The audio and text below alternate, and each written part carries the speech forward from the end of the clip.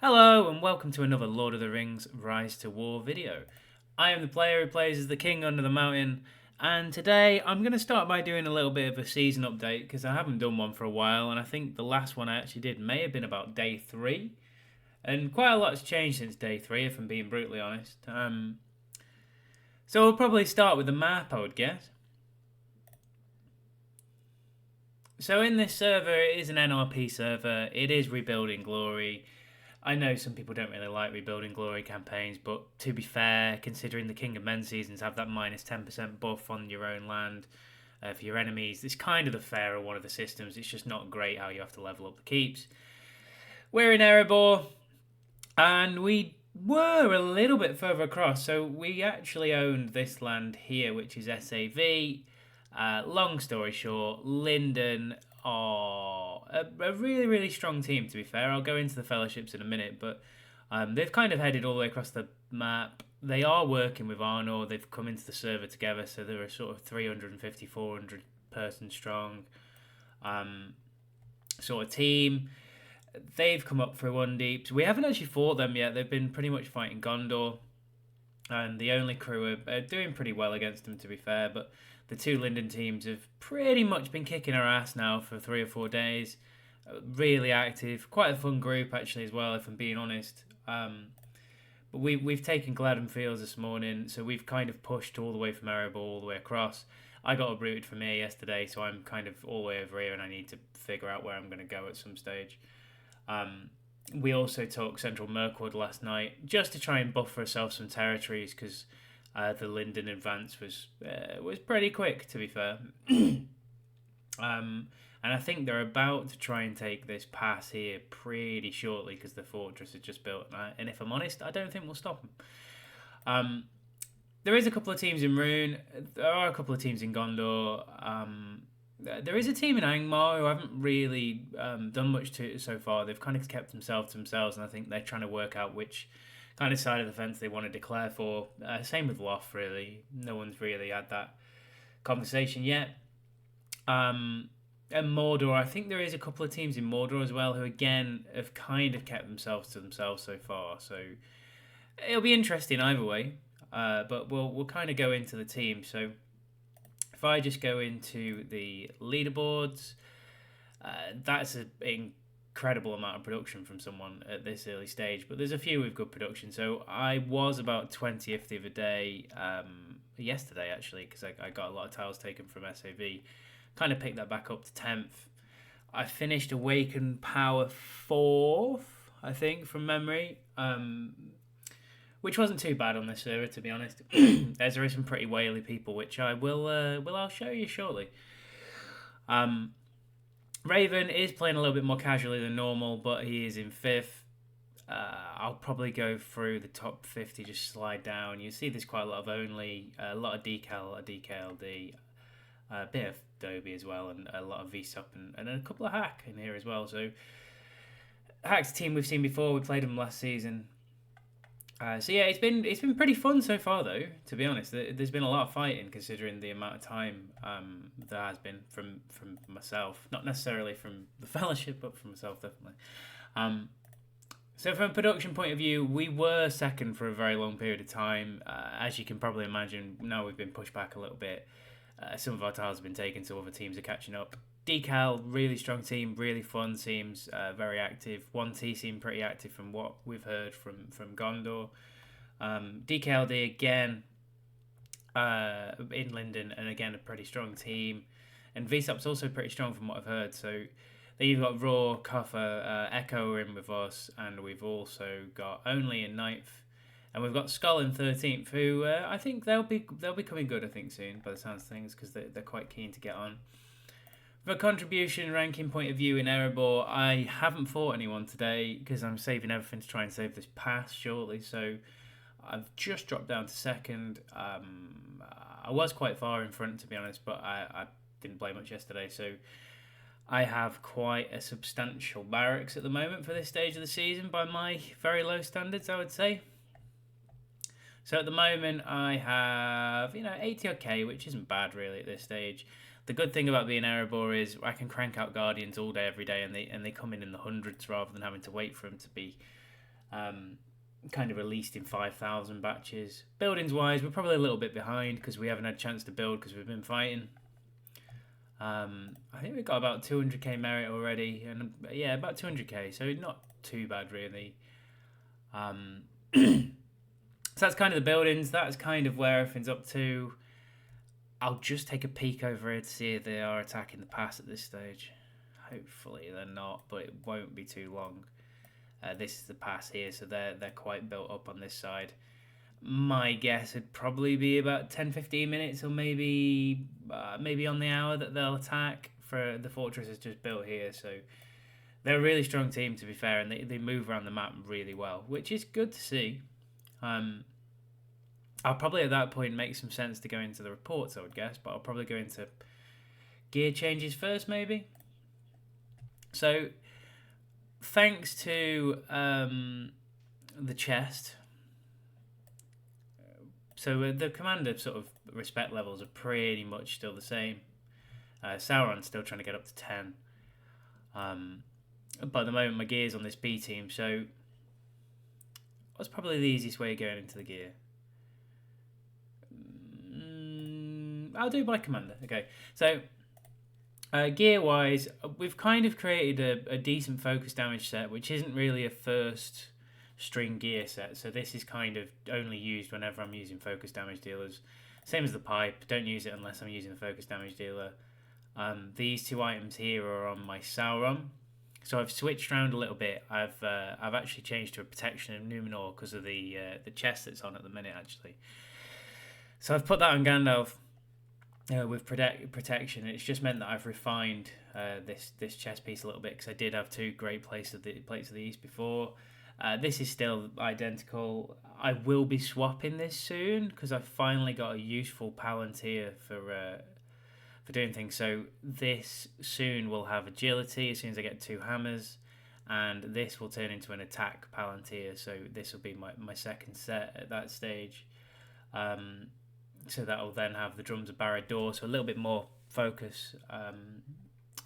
Probably use that more on Gimli and probably on Bjorn, I would say, but you might take my attack down a little bit too much. We'll see, I suppose. But with the hammers the way they are now, we'll be able to get them back pretty quick. So the chest has also allowed me to full refine the Noldor sword. It has sort of got me this piece here as well. So I've got a little bit more focus now on my Gandalfs for an extra little bit of White Council.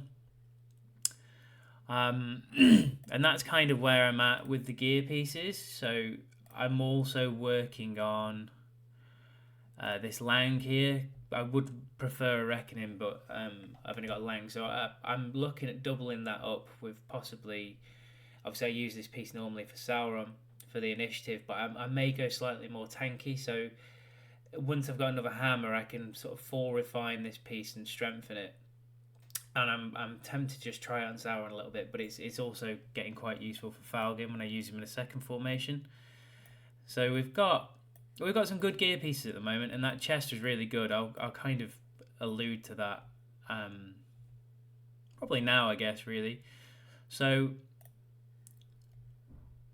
I'll kind of just show you the chest. I do want to do a separate video on this because I did probably 225 pulls, and I think I got something like 17 gold, something like that. So this chest here, with 2 days and 19 hours left, I know from speaking to a few people, maxes out 1,000 Mavens a day, which is pretty extreme.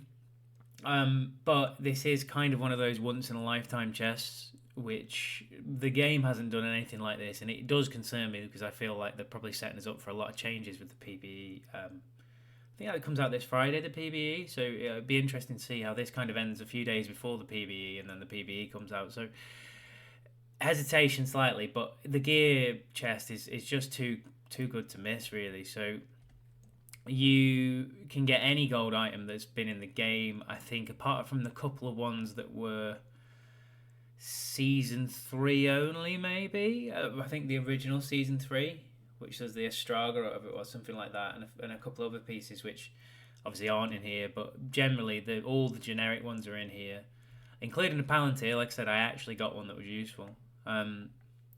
So you only pull one item per pull. It could be blue, purple, it could be gold.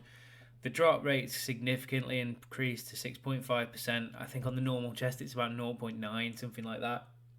But you're not getting any respect items, and you're not getting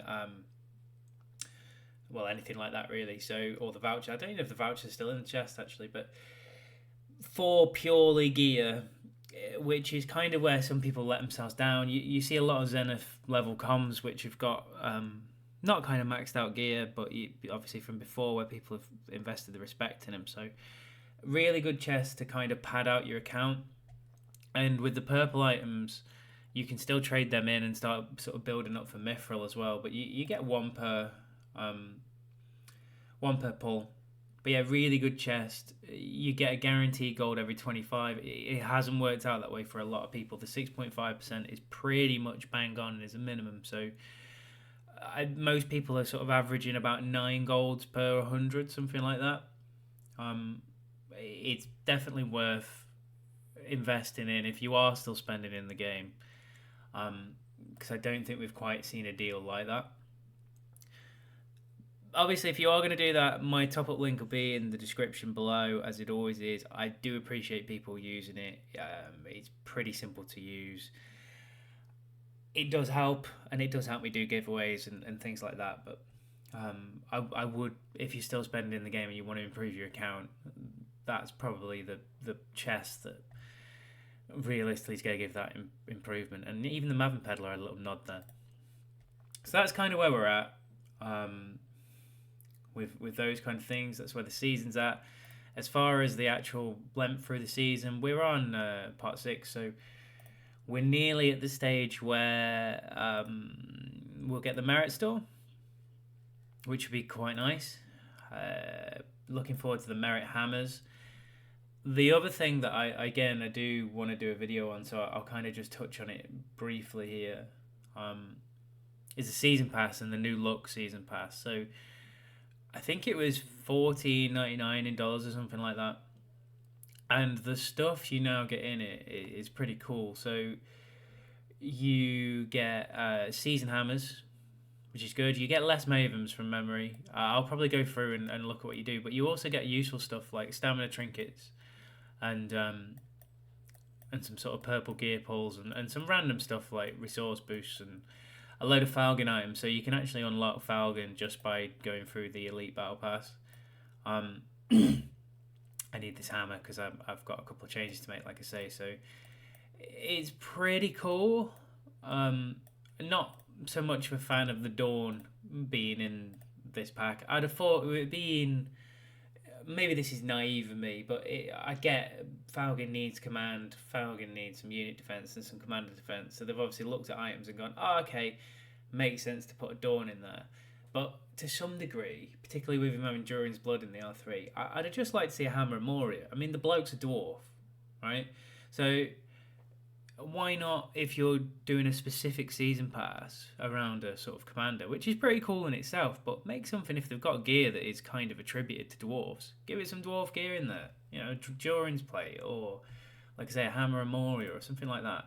Even a Defender of the Mountain, you know, something that is kind of Falcon specific maybe, I don't know, but I just felt, as far as the weapons go, I don't think I've ever seen anyone running around with a Dawn since about Season 2, so little bit disappointed in the weapon. I'm glad they've changed it from the smoking pipe, because that's been around forever. But yeah, just kind of small changes would just be nice every now and again, you know. But I am looking forward to the PBE. I think it'll be good to see some change, and hopefully we get an exchange event again where we can kind of reset some stuff. This is the B team at the moment, and they're just sweeping. Just to try and get through the 10 level 30 mobs, to be perfectly honest, just so I can move on. I don't know whether I'll get a level 30 mob here. I just might try and find one. So just so I can kind of complete the weekly challenges and get that extra hammer that I need. And then I'll sort the Lang out, and then when I get 2 more hammers, I will sort out the switch from the Palantir and the drums of Barracks. That just goes to show you that I really can't multitask, because I really struggled then to apparently talk and search for a 30 mob. So there you go. Just a little bit of content on battle reports, and they're not all victories. Don't get me wrong. You know, my account's pretty strong, but there's some real whales around here. So this is what I'm kind of rocking at the moment.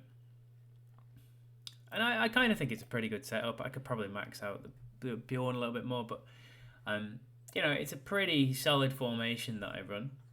And it normally gets some pretty good results, but I've been slapped in some fights so far this season. I mean, there's a lot of full refined gear knocking around with high level comms. This Sauron was faster than me, which never really does me any favours, but really nice Warcry set. And again, another nice Warcry set. But yeah, some good Zenith level comms, to be honest. They've also got some really creative builds, and I'm really gutted as of yet. I haven't got the battle report against them. So I think there's someone in Decal who's got a name that's got Turtle in. I want to call him Turtlicious, but I don't think that's his name, or Turtle Tot or something like that. But he runs around with a Battle Goth mug, which is absolutely awesome. And it does pretty well. You know, it's doing 50, 60k damage in every fight. I mean, fair play to you. Then there's another person in there that I haven't fought yet either, who is running around with a full refined unique on Frandwell. And it is doing some damage. So it's kind of like, it's nice to see some different formations coming out, things that we haven't seen in the meta. And I want to get those reports, hopefully get some fights with them and break them down and kind of talk it through, because it is cool to see. This was a win, but I would probably say resource-wise it was a loss. And I'm running into not even knights, just tier 1 horses. And this is really clever again, because this is early warfare. Everyone knows everyone goes to infantry. And they're just using this to sort of get the 20% buff for fighting the infantry, which is, you know, it's pretty good. What was that, this fight? Yeah. So then the other fight I was just going to pull up, I think this was a pretty cool close fight. Yeah, so that was a pretty close fight. Again, I'm pretty sure from memory this guy was in Yudes last season. And he rocks a solid formation. I kind of remember him from Yudes because I seem to remember the Siege. I feel like that's definitely from Yudes last season. So running the meta really nicely. Pretty cool fight, to be fair. Then this guy, I think, was the real whale. Yeah, so this guy's pretty whaley as well. Casual Z6 Bjorn. And I'm pretty sure, yeah, Z10 Dane with a pretty sweet set. Yeah, so I got a bit of a kick in there, to be honest. And there's a few like that. However, we did win the odd fight, so this is again a pretty impressive combination. I always like seeing someone who's come from evil and still doing pretty well with a Sistara build. I mean, look at that Saruman. Love that. And then Zenith 11 Sauron. Yeah, so, you know, no complaints there. I'm pretty sure this was the one that I've just looked at, I think. Yeah. So in here somewhere as well, I think. Yeah, so again, resource-wise, I've been hammered in this fight because these are tier 1 troops. And as well, you don't get as much merit from them, which is really annoying. And you don't get as much XP, so it's quite clever from them, again. So this guy has got a serious formation, to be fair. So pretty impressive. I mean, I'm just pleased I beat him, even though he'd only got the tier 1 troops, if I'm being brutally honest. So yeah, so we're definitely fighting a strong team. It's nice to see. We did kind of come here for a bit of a rest, because we just fought Yudes and we kind of wanted to end the summer in a bit more of a chill way. And I don't think we're going to get a chance to do that, but it's been a fun season so far. It's all been pretty friendly. I hope it stays that way. And they seem a cool team, like I say, with some really, really different builds, which are good to see. So I will keep people updated for the season, but if in doubt, as always always follow your nose.